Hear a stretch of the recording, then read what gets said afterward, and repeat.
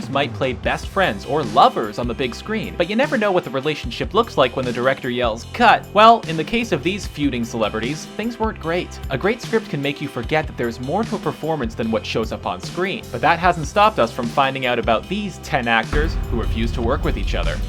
Jamie Foxx and LL Cool J. This beef started on the set of Any Given Sunday. My name is Willie. Apparently, LL Cool J got carried away and gave Jamie Foxx an unscripted shove while they were filming a scene together. The shove turned into a fight, and the police were called in to make a report. After the movie came out, LL Cool J dissed Foxx on his next album, GOAT, while Foxx used the fight as fodder for his stand-up special, I Might Need Security. Eventually, the two actor-musicians squashed their beef and collaborated on the song Best Dress in 2006. Nicolas Cage and Kathleen Turner. According to Kathleen Turner, Nicolas Cage was a real torture to work with on the set of Peggy Sue Got Married. In Turner's 2008 memoir, she complained about Cage's fake teeth and the weird voice he used for the film. More consequently, she accused him of getting arrested for drunk driving and stealing a chihuahua, saying he'd come across a chihuahua he liked and stuck it in his jacket. In response, Cage sued for libel and slander, and eventually won an apology. Nevertheless, one doubts these two will ever be acting together anytime soon. Naya Rivera and Michele. Back when Naya Rivera was rumored to have been fired from Glee at the end of the 5th season, there was a lot of talk about the feud between Rivera and her co-star Michele. Some rumors floated around that Michele had slept with Rivera's fiancé, Big Sean, but the truth seems to be less scandalous. In her memoir, Rivera claims that they were both strong-willed, and that it became more pronounced when Santana, Rivera's character, got more screen time in the later seasons. Apparently, the two actresses stopped talking by season 6, when Rivera was given reduced screen time and eventually written off the show entirely. Sharon Stone and William Baldwin. Sharon Stone and William Baldwin played passionate lovers in the erotic thriller Sliver, but apparently there was no chemistry behind the scenes. In a scandalous tell-all autobiography, screenwriter Joe Esterhazy claims that Stone couldn't stand Baldwin and used mouthwash every time they kissed on screen. He also claims that Stone took the film's rough sex scenes a bit too far when she bit Baldwin's tongue. The actor couldn't speak for days after. For her part, Stone claims that Esterhazy's book is more comedy than reality. Nevertheless, the two actors never worked together again.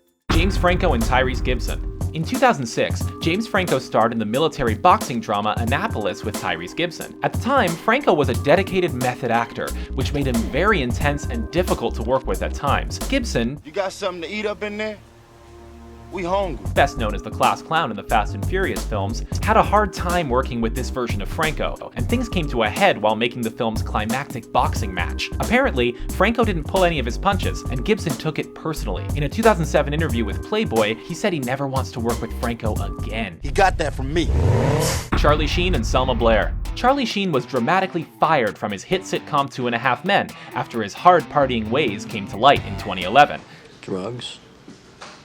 But after melting down in public, he quietly got back to work. In Anger Management, Sheen plays Charlie Goodson, an anger management therapist. Ironically, Sheen was angered that his co-star Selma Blair had complained about his work ethic, and so he reportedly fired her by text message, calling her the C-word. Laura Bell Bundy was quickly hired as Sheen's new love interest, Dr. Jordan Denby. Blair reportedly threatened to sue the production, but reached a settlement which probably made up for having to work with Charlie Sheen.